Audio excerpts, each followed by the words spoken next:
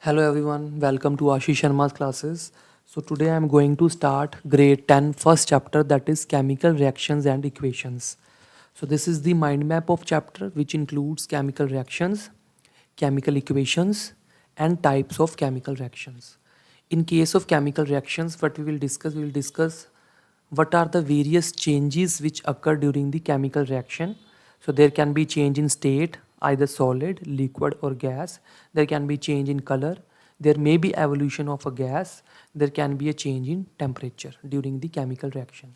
Second topic we will discuss is chemical equations, how we are writing chemical equations, how we are balancing the chemical equations, and what are the various symbols used in the chemical reaction. Then the third topic is types of various chemical reactions. We will discuss these reactions with the help of example. So the reactions are combination reactions, decomposition reaction, displacement reaction, and the oxidation and reduction. So before starting the chapter, first of all, we should know what do you mean by the term chemical reaction. So chemical reaction is a process in which reactants are converted into product. जब भी reactant को हम product में convert करते हैं, that is known as chemical reaction. So reactant means the species which are reacting with each other to give the product. और जो species react कर रही हैं, they will be elements or compounds. सो जो react करती हैं उनको बोलते हैं रिएक्टेंट्स, जो रिएक्ट करके कुछ बना रही हैं those things are known as product. अब ये केमिकल रिएक्शंस को हम वेरियस एक्टिविटीज़ के थ्रू समझेंगे which are already present in your NCERT books. So the first activity is, so हम इसमें क्या कर रहे हैं, we are taking magnesium ribbon. हम मैग्नीशियम रिबन को लेंगे, उसको बर्न करेंगे, ठीक है. Then what we will observe कि जब भी मैग्नीशियम को हम ऑक्सीजन के प्रेजेंस में बर्न करेंगे, there will be formation of magnesium oxide. So इसमें रिएक्टेंट क्या है, इसमें रिएक्टेंट है मैग्नीशियम प्लस ऑक्सीजन, और प्रोडक्ट क्या बना, मैग्नीशियम ऑक्साइड. सो बोर्ड के क्वेश्चन पेपर में ये आता है that whenever the magnesium react with oxygen it give rise to the magnesium oxide. और जो magnesium oxide निकलेगा वो चाइना डिश के अंदर आपको दिख ही रहा है, यहाँ पर वाइट कलर का पाउडर जो है वो दिखेगा. सो ये आपको दिख रहा है कि मैग्नीशियम और ऑक्सीजन जो है वो रिएक्ट करके मैग्नीशियम ऑक्साइड बना रहे हैं, और जो मैग्नीशियम ऑक्साइड का कलर है that is white in colour. Then second activity बता रही है दैट जब भी हम किसी भी टेस्ट ट्यूब में पोटेशियम आयोडाइड को, that is called potassium iodide, KI, potassium iodide को मिक्स करते हैं किसके अंदर, लेड नाइट्रेट के अंदर. लेड नाइट्रेट का फॉर्मूला है PbNO3 2. सो जब भी हम पोटेशियम आयोडाइड को लेड नाइट्रेट के साथ रिएक्ट करते हैं, so this is the chemical reaction. Potassium nitrate, lead nitrate को पोटेशियम आयोडाइड के साथ आप रिएक्ट कर रहे हो, it is giving lead iodide and potassium nitrate. अब ये जो लेड आयोडाइड बन रहा है this is giving yellow precipitate. So जब भी तुम केमिकल रिएक्शंस कर रहे हो इन विच we are adding potassium iodide in the potassium nitrate, so ultimately there will be the formation of precipitate which is known as potassium iodide. और वो जो potassium iodide का precipitate होगा that will be yellow in color. So this is also showing us the chemical reaction. कैसे पता लगा हमें chemical reaction का, क्योंकि हमें यहाँ पर change in color observe हुआ. इसमें हमें क्या क्या क्या हमें शो हुआ केमिकल रिएक्शन में, इसमें हमें ऑब्जर्व हो रहा है कि हमें कोई सॉलिड सब्सटेंस जो है वो मिल रहा है, मींस चेंज इन स्टेट हो रही है. इसमें क्या हो रहा है, there is a change in state, क्योंकि इसमें जो रिबन लिया हमने और उसको गैस के साथ मिक्स किया तो हमें एक चेंज इन स्टेट मिल रही है, और वो जो चेंज इन स्टेट हमें मिल रही है वो हमें सॉलिड वाइट पाउडर मिल रहा है किसका, मैग्नीशियम ऑक्साइड का. अगर हम इस केस में बात करें तो यहाँ पर हमें येलो प्रेसिपिटेट्स मिल रहे हैं, मींस यहाँ पर चेंज इन कलर जो है वो ऑब्जर्व हो रहा है. There is a change in colour of the substance. Clear. Then there is a third activity that is when we are taking zinc in the conical flask. Suppose हमने conical flask ली, उसमें थोड़ा सा हमने zinc granules डाल दिए, ठीक है, उसमें थोड़ा सा हमने सल्फ्यूरिक एसिड डाल दिया. So what you will observe, जब भी हम जिंक के अंदर सल्फ्यूरिक एसिड डालेंगे, zinc will displace the hydrogen and ultimately it will give rise to zinc sulphate plus hydrogen. और जब भी जिंक सल्फेट बनेगा there will be evolution of gas. तो यहाँ पर क्या हो रहा है, there is evolution of gas. So this is also showing us the chemical reaction. So from the above activities हमें पता लग रहा है कि यहाँ पर चेंज इन स्टेट भी हो सकती है during the chemical reaction, change in colour भी हो सकता है, चेंज एवोल्यूशन ऑफ गैस भी पॉसिबल है एंड चेंज इन टेम्परेचर भी पॉसिबल है। तो ऑब्वियस है जब भी यहाँ से कोई गैस निकलेगी तो obvious there will be change in temperature also. और बोर्ड के पेपर में ये क्वेश्चंस आते हैं। किस तरह क्वेश्चन पूछे जाएंगे, they will ask you that in the two test tubes we are having potassium iodide and in the second test tube we are having compound B. Both are reacting to give yellow precipitate of compound C. Name the compound ABC. So कुछ भी वो जो है वो आपको पूछ सकते हैं, ABC की फॉर्म में आपको वो आंसर देना पड़ेगा। उसके बाद हम पढ़ेंगे what is chemical equation. Chemical reaction का हमने पढ़ लिया कि केमिकल रिएक्शन जो है उसमें क्या हो रहा है, रिएक्टेंट्स जो है वो प्रोडक्ट में कन्वर्ट हो रहे हैं और उसमें चेंज इन स्टेट भी हो सकता है, चेंज इन कलर भी हो सकता है, चेंज इन टेम्परेचर भी हो सकता है और एवोल्यूशन ऑफ गैस भी पॉसिबल है। अब हम पढ़ेंगे कि केमिकल इक्वेशन क्या होती है। सो केमिकल इक्वेशन को हम कैसे रिप्रेजेंट करते हैं। So it is the symbolic representation of chemical reaction in which the reactants and the products are expressed in terms of their respective chemical formula. होता क्या है, जब भी हम रिप्रेजेंटेशन करते हैं इसकी, there are two things, one is word equation जिसको हम वर्ड की फॉर्म में लिखते हैं and second is chemical equation जिसको हम केमिकल फॉर्म में लिखते हैं। Word equation means zinc plus sulphuric acid give rise to zinc sulphate plus hydrogen. इसको हम बोलते हैं वर्ड इक्वेशन क्योंकि हमने इसको वर्ड की फॉर्म में लिखा है। केमिकल, इसी की केमिकल इक्वेशन को हम कैसे लिखेंगे, सो हेयर इज जिंक, सो हमने इसको केमिकली कैसे लिखा, Zn। सल्फ्यूरिक एसिड को हमने कैसे लिखा, H2SO4। जिंक सल्फेट को कैसे लिखा, ZnSO4। हाइड्रोजन गैस को कैसे लिखा, H2। So there can be a word equation and also a chemical equation. So this is the representation of the chemical reaction. So there are also various rules by which we indicate the chemical reactions, equations. So first rule is the reactants taking part in the reaction are written in terms of their symbols or molecules formula on the left side. Very important. हमने अभी starting में पढ़ा कि जो reactant हैं उनको हमेशा हम किस साइड लिखते हैं, लेफ्ट हैंड साइड, ठीक है। और जो दो रिएक्टेंट्स रिएक्ट कर रहे हैं वो दो भी हो सकते हैं, तीन भी हो सकते हैं, उनके बीच में ऐड का साइन आएगा, मींस प्लस का साइन आएगा, which means that both the reactants are adding with each other to give product. So they both are added to each other. और जो प्रोडक्ट्स हैं उनको हम किस साइड लिखते हैं, राइट हैंड साइड पे। So product are written in the right hand side and the reactants are written in the left hand side. और इधर भी सेम वही प्रोसीजर आएगा that in the right hand side products को लिखा जा रहा है और both the products either 2 either 3 are added with each other. And very important that in the centre of the reactant and product there will B arrow which is indicating that the reaction is occurring. So the reactant is reacting to give product. So it is simply known as that reactant give rise to product. इसका क्या मतलब है, reactant give rise to product. Then representation के दौरान हम जो है वो उनकी डायरेक्शंस को भी बहुत जो है वो फोकस करते हैं। अगर किसी भी रिएक्शन में जो डायरेक्शन है वो आगे को एरो दिया हुआ है, that means that is known as forward reaction, कि रिएक्शन जो है वो फॉरवर्ड प्रोसीड कर रहा है, रिएक्टेंट से प्रोडक्ट में जो है वो कन्वर्ट हो रहा है। अगर किसी रिएक्शन में जो एरो है वो बैकवर्ड को शो कर रहे हैं, मीन्स जो रिएक्शन है वो बैकवर्ड को प्रोसीड कर रहा है, मीन्स प्रोडक्ट से अब क्या बन रहे हैं, रिएक्टेंट बन रहे हैं। और अगर किसी जगह पे एरो जो है वो एक ऊपर ऐसे दिया हुआ है और एक ऐसे दिया हुआ, मींस यहाँ पर क्या कौन सी स्टेट आ गई है, very important state that is called as chemical equilibrium state जो है वो आ चुकी है। मींस जितना रिएक्टेंट है उतना ही प्रोडक्ट जो है बन चुका है। अब क्या हो सकता है, सपोज अगर हमारे पास रिएक्टेंट की अमाउंट ज़्यादा है तो वो ऑटोमेटिकली किस में कन्वर्ट हो जाएगी, प्रोडक्ट में, अगर प्रोडक्ट ज़्यादा है तो वो रिएक्टेंट में चले जाएगा ताकि इन दोनों की अमाउंट जो है वो बैलेंस्ड हो जाए। अगर यहाँ पर 20 ग्राम है तो इस साइड भी 20 ग्राम ही हो जाए। अब जो है रिएक्टेंट भी बराबर हो गया, प्रोडक्ट भी बराबर हो गया। Now they are in the state of equilibrium. Equilibrium means balanced state. अब दोनों जगह जो है वो बैलेंस्ड जो है वो रिएक्शन हो चुकी है, इसलिए हम ये एरो जो है वो इस तरह का डालेंगे। इसको बोलते हैं केमिकल इक्विलिब्रियम।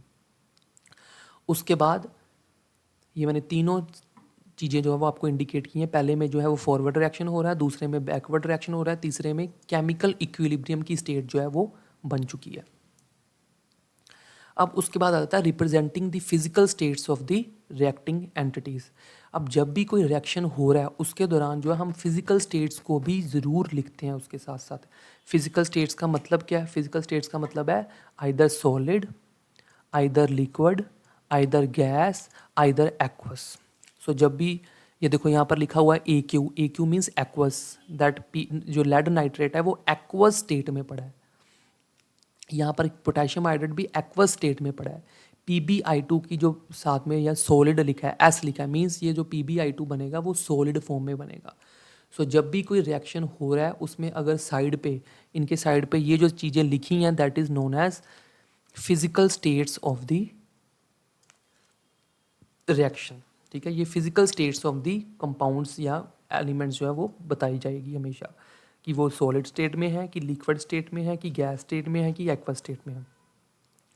और कभी कभी क्या होगा, जब भी कोई रिएक्शन होगा उसमें ऐसा एरो भी पॉसिबली हो सकता है। ऐसा arrow, see in this reaction also उन्होंने एक ऐसा एरो दिया है। This arrow shows us the precipitation reaction. Means कि जब भी ये रिएक्शन हुआ, जब भी लेड नाइट्रेट ने पोटेशियम आयोडाइड के साथ रिएक्ट किया, उन्होंने लेड आयोडाइड दिया और पोटेशियम नाइट्रेट दिया, और जो लेड आयोडाइड है वो एज अ प्रेसिपिटेट जो है वो नीचे बन गया, जो कि इनसोल्युबल होगा। फॉर एग्जांपल हमने एक टेस्ट ट्यूब ली, टेस्ट ट्यूब के अंदर अगर हम कोई भी सब्सटेंस को डाल रहे हैं और उस रिएक्शन के दौरान जब हमने PbNO3 को और Ki को रिएक्ट करवाया, उसके दौरान अगर नीचे कोई जो है चीज़, जो कोई इनसोल्युबल सब्सटेंस बन रहा है, तो उसको हम बोलेंगे, फॉर एग्जांपल यहाँ पर इन्होंने PbI2 बनाया है, सो PbI2 जो है वो नीचे क्या हो जाएगा, इनसोल्युबल सब्सटेंस बन जाएगा। So it will be precipitate. So देखो नीचे वाली जो चीज़ बच गई इसको हम क्या बोलेंगे, प्रेसिपिटेट, और जो ऊपर रह गया ऊपर उसको बोलते हैं सुपर नीट। ठीक है, supernate. Is it clear? So this is supernate and it is precipitate. So हमने क्या पढ़ा कि वहाँ पर जब भी कोई फिजिकल स्टेट मेंशन होगी, देयर कैन बी सॉलिड और लिक्विड और गैस और एक्वस। और अगर किसी रिएक्शन में इस ऐसे एरो डाउनवर्ड्स को एरो दिया हुआ है, मीन्स वहाँ पर ये जो चीज़ बनी है वो एक तरह का प्रेसिपिटेट बना है। Clear? Then comes the representing the input of energy in the chemical equation. जब भी कोई केमिकल इक्वेशन होगी, फॉर एग्जांपल यहाँ पर जिंक कार्बोनेट दिया है, अगर उसके ऊपर कोई ऐसा एरो बना है, this indicates the input of heat energy, कि जब भी जिंक कार्बोनेट से zinc oxide plus carbon dioxide बनेगा, हमेशा उसमें इनपुट ऑफ एनर्जी देनी पड़ेगी। मीन्स कोई ना कोई हीट की सप्लाई करनी पड़ेगी, तभी जो है ये रिएक्शन पॉसिबल है। सो अगर किसी एरो के ऊपर इस तरह का सिंबल दिया हुआ है, triangular symbol, means there is a supply of heat energy, उसमें हीट एनर्जी की इनपुट दी गई है, तभी वो रिएक्शन जो है वो पॉसिबल हुआ है। उसके बाद बहुत इंपॉर्टेंट चीज़ हमने अभी डिस्कस करनी है, that is balancing of the chemical equations, जो कि बोर्ड के पेपर में बहुत बार पूछा जाता है। बैलेंसिंग ऑफ केमिकल इक्वेशंस की अगर हम बात करें तो उसमें एक बहुत इंपॉर्टेंट लॉ जो है वो लगेगा, that is called as law of conservation of mass. Very important law, law of conservation of mass. Law of conservation of mass का मतलब है कि mass can neither be created nor be destroyed in the chemical reaction, की mass को ना तो हम कभी बना सकते हैं ना ही डिस्ट्रॉय कर सकते हैं, वो एक फॉर्म से दूसरी फॉर्म में कन्वर्ट हो सकता है। सिंपली इसको अगर और सिंपल फॉर्म में पढ़ना हो तो हम पढ़ेंगे कि total mass of the reactant is always equals to the total mass of the product, कि जितना रिएक्टेंट का मास होगा अकॉर्डिंग टू द लॉ, वो हमेशा मास ऑफ द प्रोडक्ट के बराबर होगा ही होगा अकॉर्डिंग टू द लॉ। अगर हमने फॉर एग्जांपल में यहाँ पर मैं एक एग्जांपल ले रहा हूँ, 5.4 ग्राम ऑफ NaCl लिया है, 3.2 ग्राम ऑफ F2 लिया है, ऑटोमेटिकली इनको ऐड करो तो 8.6 ग्राम जो है वो हमें टोटल रिएक्टेंट मिल रहा है। कहते जब प्रोडक्ट बनेगा तो जो प्रोडक्ट में जो हम स्पीसीज को ले रहे हैं उनका मास भी क्या होगा, 8.6 ही होगा, चाहे जो मर्जी हो जाए, according to the law of conservation of mass. So law of conservation of mass का मतलब क्या है कि sum of the reactant is always equals to the sum of the product according to the law. अगर हम balancing करेंगे तो उसकी हमने सबसे पहले एग्जांपल हम लेते हैं, very easy example.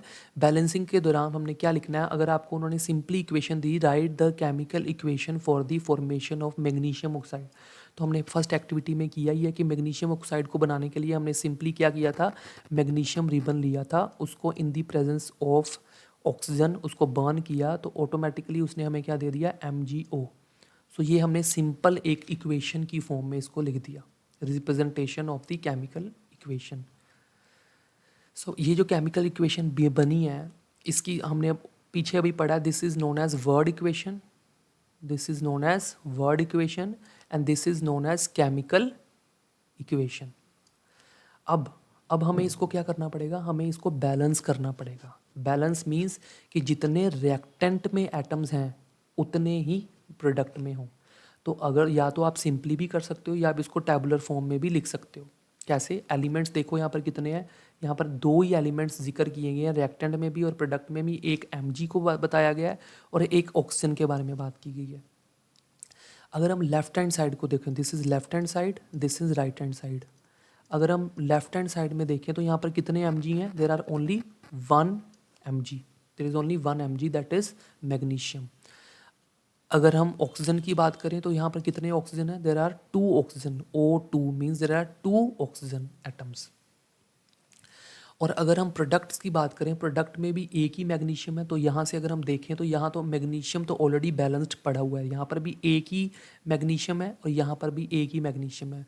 The problem is यहाँ पर ऑक्सीजन कितने हैं, यहाँ पर ऑक्सीजन है 2, बट यहाँ पर ऑक्सीजन सिर्फ कितना है, एक ही ऑक्सीजन है। सो कहने का मतलब हमारे मैग्नीशियम तो बैलेंस्ड है बट ऑक्सीजन बैलेंस्ड नहीं है। उसके लिए हमें क्या करना पड़ेगा, बिकॉज हम सिर्फ आगे ही कुछ ऐड कर सकते हैं, यहाँ पर ही हम सिर्फ यहाँ पर ही कुछ लगा सकते हैं, तो वी विल ऐड 2 हेयर। जब हम यहाँ 2 लगाएंगे तो ऑक्सीजन यहाँ पर कितने हो गए, क्योंकि ये 2 जो है इससे भी मल्टीप्लाई होगा, ये 2 जो है इससे भी मल्टीप्लाई होगा, दोनों से। तो यहाँ पर कितने ऑक्सीजन हो गए, 2, और यहाँ मैग्नीशियम भी कितने हो गए, 2 ही मैग्नीशियम 2 ही ऑक्सीजन। तो यहाँ पर कितने ऑक्सीजन है, 2, यहाँ पर भी ऑक्सीजन कितने हो गए, क्योंकि हमने यहाँ पर क्या कर दिया, हमने यहाँ पर ऑक्सीजन कितने कर दिए, 2, और मैग्नीशियम भी यहाँ पर कितने हो गए, 2। बट अगर हम अब रिएक्टेंट की तरफ देखें तो ऑक्सीजन तो 2 ही है बट मैग्नीशियम 1 है, तो यहाँ पर भी अगर हम 2 लगा दें तो मैग्नीशियम भी 2 हो गए अब और ऑक्सीजन भी 2 हो गए। Now this equation is balanced, this equation was not balanced. So देखो फाइनली हमने क्या किया, एक बैलेंस्ड इक्वेशन जो है वो बना ली। क्लियर। देन अगर हम एग्जाम्पल 2 की बात करें तो एग्जाम्पल 2 हमने लिया है। अब दिस इज वर्ड इक्वेशन जिसमें लिखा है zinc plus sulphuric acid give rise to zinc sulphate plus hydrogen. उसकी ही केमिकल इक्वेशन लिखी है Zn plus H2SO4 give rise to ZnSO4 plus H2। अगर हम इसमें देखें तो जिंक कितने हैं, there is only 1 zinc in the reactant side, और अगर हम प्रोडक्ट में देखें यहाँ पर भी कितने जिंक है, only 1 zinc. So this is already balance. अगर हम हाइड्रोजन की बात करें तो यहाँ पर कितने हाइड्रोजन है, H2 2 हाइड्रोजन है। यहाँ पर कितने हाइड्रोजन है, H2 2 ही हाइड्रोजन है। Hydrogen is also balanced. Sulphur देखें तो एक ही सल्फर है, यहाँ पर भी एक ही सल्फर है, सल्फर इज ऑल्सो बैलेंस्ड। अगर हम ऑक्सीजन की बात करें यहाँ पर O4 है ऑक्सीजन, यहाँ पर भी O4 है, oxygen is also balanced. Zinc भी यहाँ पर 1 है, यहाँ पर भी जिंक 1 है, this is also balanced. So we can say that ये वाली इक्वेशन जो है it is already balanced equation because both the reactants and the products are balanced. Then comes the example number 3 जिसमें हम क्या ले रहे हैं, iron Fe plus H2O give rise to Fe3O4 plus H2। अब ये इक्वेशन में हमें देखना पड़ेगा कि यहाँ पर आयरन कितने हैं, 2 कि 1, ओनली 1, और यहाँ पर आयरन कितने हैं, 3। यहाँ पर ऑक्सीजन कितने हैं, 1, यहाँ पर ऑक्सीजन कितने हैं, 4, मीन्स ना तो आयरन बैलेंस है ना ही ऑक्सीजन बैलेंस है, हाइड्रोजन जो है वो अभी तो बैलेंस है। अब इसको कैसे बैलेंस करेंगे, हमें देखना पड़ेगा कि अगर इसको मैं देखूं तो Fe इधर लिखूंगा, Fe plus H2O give rise to Fe3O4 plus H2। अब यहाँ पर देखिए तो Fe कितने हैं, Fe आयरन कितने हैं 3। सो अगर हम यहाँ पर 3 लगा दें, बिकॉज और कहीं भी आयरन जो है वो नहीं है, अगर और कहीं भी आयरन नहीं है, अगर Fe सिर्फ इधर ही है, सो कहने का मतलब हमें Fe जो है वो 3 यहाँ लगाने ही पड़ेंगे, क्योंकि और कहीं भी आयरन Fe जो है वो नहीं बना लगा हुआ। सो अगर यहाँ पर 3 Fe लगे हैं और वो श्योर है कि 3 बनाने ही पड़ेंगे, तो हमें रिएक्टेंट में वो 3 Fe लगाने ही पड़ेंगे। तो यहाँ से Fe तो 3 बैलेंस हो गए। Is it clear? Fe तो 3 बैलेंस हो गए। उसके बाद अब हमें देखना पड़ेगा कि ऑक्सीजन कितने हैं। यहाँ पर ऑक्सीजन कितने हैं, total 4 oxygen. There are total 4 oxygen, देखा जाए तो 4 ऑक्सीजन है। अगर हम यहाँ पर 4 लगा दें तो ऑक्सीजन हमारे कितने हो जाएंगे, टोटल 4, बिकॉज ये इससे भी मल्टीप्लाई होगा, इससे भी मल्टीप्लाई होगा। तो टोटल कितने हैं यहाँ पर ऑक्सीजन हो गए 4। ऑक्सीजन भी इधर 4 है, इधर भी 4 है, ऑक्सीजन हो गए बैलेंस्ड। बट जब हमने यहाँ पर ऑक्सीजन 4 किए, उसके साथ साथ हाइड्रोजन भी जो है वो बढ़ चुके हैं, क्योंकि ये जो 4 आगे लगा ये हाइड्रोजन से भी मल्टीप्लाई होगा, और हाइड्रोजन के पास ऑलरेडी कितने एटम है, 2। सो 4 मल्टीप्लाई बाय 2 जो है यहाँ पर होगा मल्टीप्लाई। सो 4 2 ज़ा 8 मीन्स यहाँ पर रिएक्टेंट की साइड कितने हाइड्रोजन हो गए, 8। रिएक्टेंट की साइड कितने हाइड्रोजन हो गए, 8। अब प्रोडक्ट में तो सिर्फ 2 ही हैं, तो ये तो आपकी मैथमेटिकल जो है आपकी IQ लगेगा। अगर हम यहाँ पर 4 लगा दें तो 4 2 ज़ा 8, और यहाँ पर भी 4 2 ज़ा 8, so means equation is balanced. यहाँ पर आयरन भी क्या हो गया, 3 हो गए, यहाँ भी आयरन 3 हो गए। यहाँ पर ऑक्सीजन कितने हैं, 4, वहाँ भी ऑक्सीजन कितने हो गए, 4। यहाँ पर हाइड्रोजन कितने हैं, 8, और वहाँ भी हाइड्रोजन कितने हो गए, 8। Now this equation is totally balanced. Clear? So अगर आपने इक्वेशन बैलेंस करनी है तो आपको सिर्फ आपके माइंड में जो है वो कैलकुलेशंस को जो है वो प्रॉपर रखना पड़ेगा।